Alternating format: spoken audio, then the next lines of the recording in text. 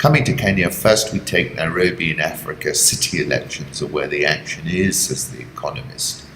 At a street corner in Kangemi, a neighborhood of tin-roof shacks and new brick tenements in the west of Nairobi, men huddle into what are called street parliaments. Standing several deep, they debate politics, each man speaking in turn with a moderator at the center. We're done with these thieves, says Jeremiah Mkaiti, a 53-year-old caretaker. We need change. Others pipe up with similar complaints. The government is doing nothing.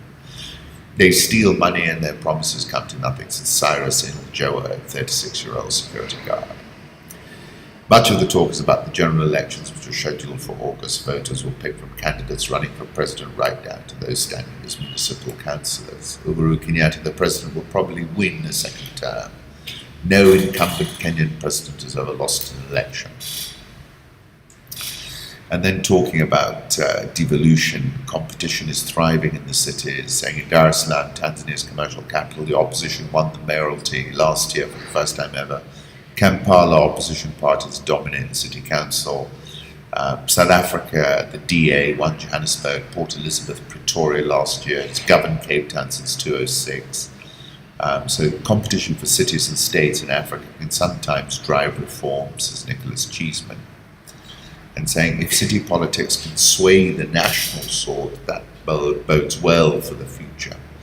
And then they take the example of Mr. Sonko, who has a controversial past and is standing to be governor of Nairobi, and talking about his approach. He was named in Parliament by Kenya's then Interior Minister as being suspected of dealing drugs.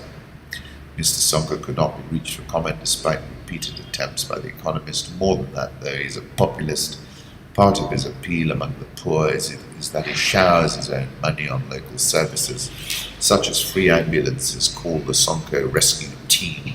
He's promised to upgrade slums and cut taxes paid by market traders. If Mr. Sonko were to win, it would be a blow to the various opposition parties that had hoped to use their grip over cities such as Nairobi and Mombasa to build up their share of the national vote.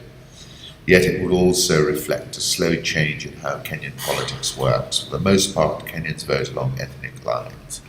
To win a national election, politicians have to build ethnic coalitions, bringing in enough small groups to win the tribal mathematics. But in cities such as Nairobi, people seem to be moving away from voting along tribal lines. Interesting point. That's really urbanisation, the new young demographic, huge demographic being enfranchised this election. And like in the UK, where you saw that big youth quake, one's wondering when this youth quake happens in Africa.